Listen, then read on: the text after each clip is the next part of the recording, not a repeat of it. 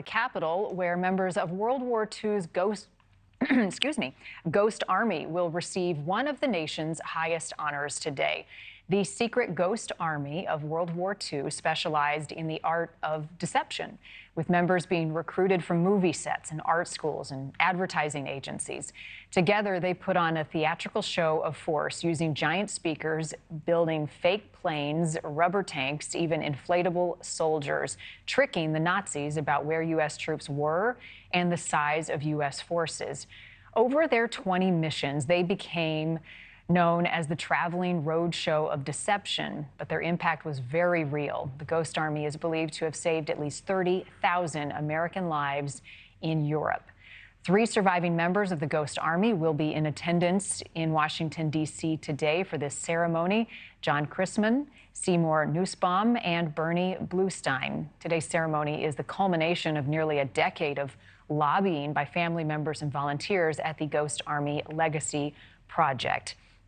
Here now to talk more about the significance of this event is Dr. Michael Bell, Executive Director of the Jenny Craig Institute for the Study of War and Democracy at the National World War II Museum.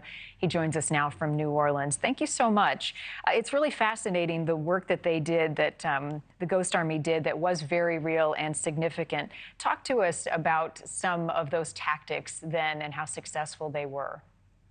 Yeah, thank you, Marni. You know, it's an incredible kind of opportunity to build this multimedia deception effort. And if you think about it, you know, they have 22 major deceptions from Normandy to the crossing of the Rhine River, you know, against the Nazi war machine.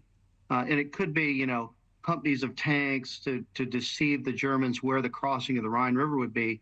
Significantly, though, the incredible Ghost Army for the Normandy campaign really fixed German reserves at the Pas de Calais for almost 6 weeks, allowing our forces to come ashore at Normandy and have the breakout while the Germans were still anticipating the major attack would come in the north. And that has incredible significance and really led to the success and to a large measure of the Normandy landings. And, that's probably immeasurable how many lives that saved. Oh, indeed. Remarkable. Your museum, I know, has a connection to the Ghost Army. There's a traveling exhibit that's coming to Columbus, Ohio. This moment, though, that we're watching, how significant is it for those service members I just mentioned who are around to be part of it?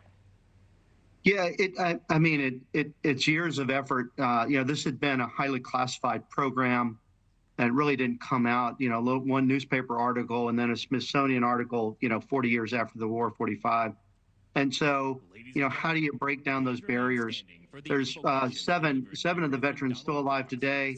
I also think, though, in addition to them, it's important to capture their legacy, their contributions, and also inspire future generations of Americans to really make a difference. Yeah, to honor the work and the lives they saved. Dr. Michael Bell, thank you for sharing some of the history of the Ghost Army with us this morning. Thank you for watching. Go to NewsNationNow.com to find NewsNation on your television provider. And don't forget to click the red subscribe button below to get more of NewsNation's fact-driven, unbiased coverage.